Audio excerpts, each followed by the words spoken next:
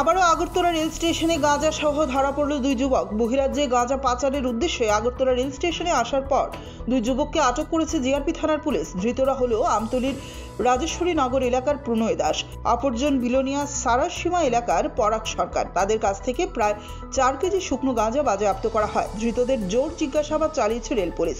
ধৃতদের বিরুদ্ধে এনডিপিএস আইনে মামলা নেওয়া হয়েছে। জিআরপি এবং আরপিএফ এর কর্মীরা অভিযান চালিয়ে সাফল্য পায়।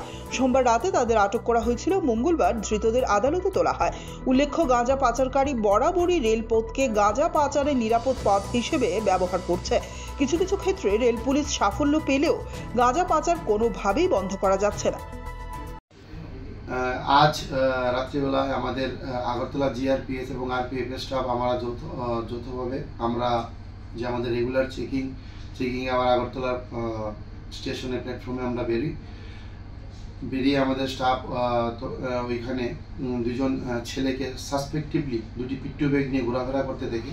তারপর আমাদের স্টাফ ওই দুজন ছেলেকে আটক করার পর জিজ্ঞাসাবাদে তারা জানায় যে তাদের নাম যথাক্রমে প্রণয় দাস, বয়স 25, বাবার নাম মতিলাল দাস, বাড়ি হলো রাজেশ্বরী নগর, পিএস আমতলী, ওয়েস্ট ত্রিপুরা, এবং আরেকজনের নাম যথাক্রমে পরাগ সরকার, বয়স 22, বাবার নাম তপন সরকার, বাড়ি হলো সরসীমা, পিএস বিলোনিয়া, সাউথ ত্রিপুরা। তারপর তাদের কাছে যে পিট্টু ব্যাগ ছিল, ব্যাগ তল্লাশি করে দুজনের ব্যাগ থেকে সর্বমোট 4 কেজি 110 গ্রাম অবৈধ গাঁজা উদ্ধার করতে আমরা সক্ষম হই, যার কালোবাজারি মূল্য প্রায় হবে 50,000 টাকা।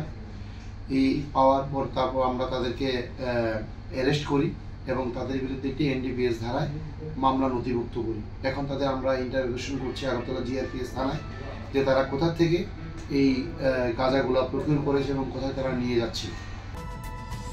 Bureau report, CNA TV.